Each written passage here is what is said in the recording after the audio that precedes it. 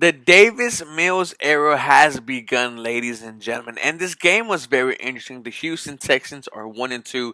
They do fall 24-9 to the Carolina Panthers. A game with the defense for the Carolina Panthers was just absolutely shut down, and then the offense, led by offensive coordinator Joe Brady, future head coach Joe Brady for the Houston Texans. They had a good game. All shot out, to the Carolina Panthers.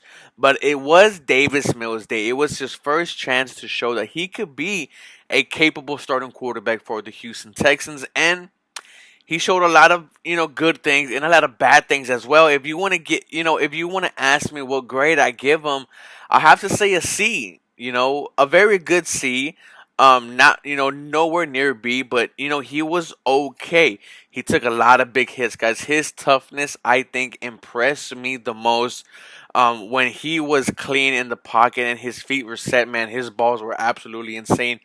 He had a lot of zip on it. He didn't look bad at all. If you're comparing his start to Deshaun Watson's start, against the Cincinnati Bengals, I think he looked a little bit more poisoned and ready this game than what Deshaun Watson played his rookie season. But then again, Deshaun Watson has that it factor, has that superstar factor in him where he just took off against the Bengals, for that long QB run.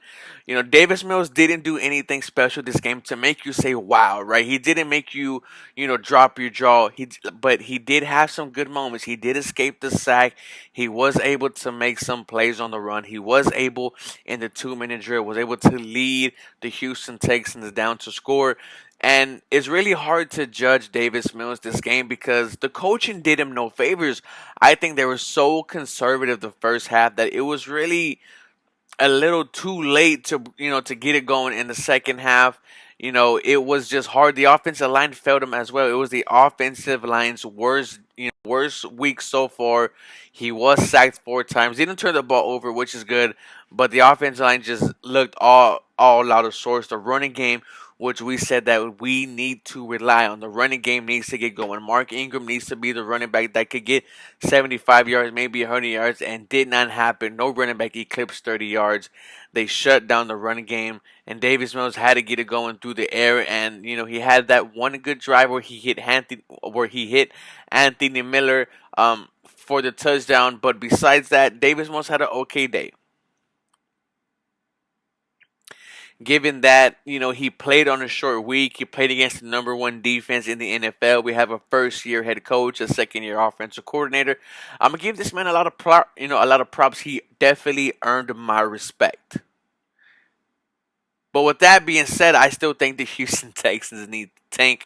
And they are doing it right now by starting Davis Mills. This is what I wanted from the beginning. Let the guy sink or swim and see what the Houston Texans have. He showed today that he could win some football games. He did look raw, but he had some moments where he did put some zip on the ball. Where he had some moments where you think, man, Davis Mills might be something. That 2 minute drive was absolutely perfect. Absolutely perfect. His connection with Brandon Cooks was absolutely insane. Brandon Cooks had over 130 yards on the game. And, shout out to Brandon Cooks, man. A guy wherever he go to has been a very damn good, underrated wide receiver. He's look for him to have a huge year this year. It looks like him and Davis Mills have that connection that they didn't have last week on that deep touchdown route. Connected almost 8 times. Brandon Cooks is one of the good things that Bill O'Brien did for the Houston Texans. One of the only good things. The defensive side of the ball was, I think, interesting for the Houston Texans. I think they did a lot of good things. I do think if Tyrod Taylor plays this game, this game gets interesting. I'm not sure if they win, but the score is that much closer. Maybe they do win because I know for a fact that he beats the Cleveland Browns next week. And if he beats the Cleveland Browns, dude, you're on a hot streak. You're gonna go against a team that your defense pretty much held in check after Christian McCaffrey went out. DJ Moore did do you dirty just a little bit, but the Houston Texans stayed in it throughout the whole game. Shout out to this defense. Ross Blacklock got a sack. Whitney Mercers, who we've all said needs to retire. 2 sacks on the season in 3 games. Charles Romero, who continues to look like an absolute baller. Jacob Martin did great things. The two linebackers, Christian Kirksey and Zach Cunningham had 8 plus tackles. I think Cunningham had 14 plus. So this defense did its job. If the offense would have helped a little bit better, then this game would have been closer.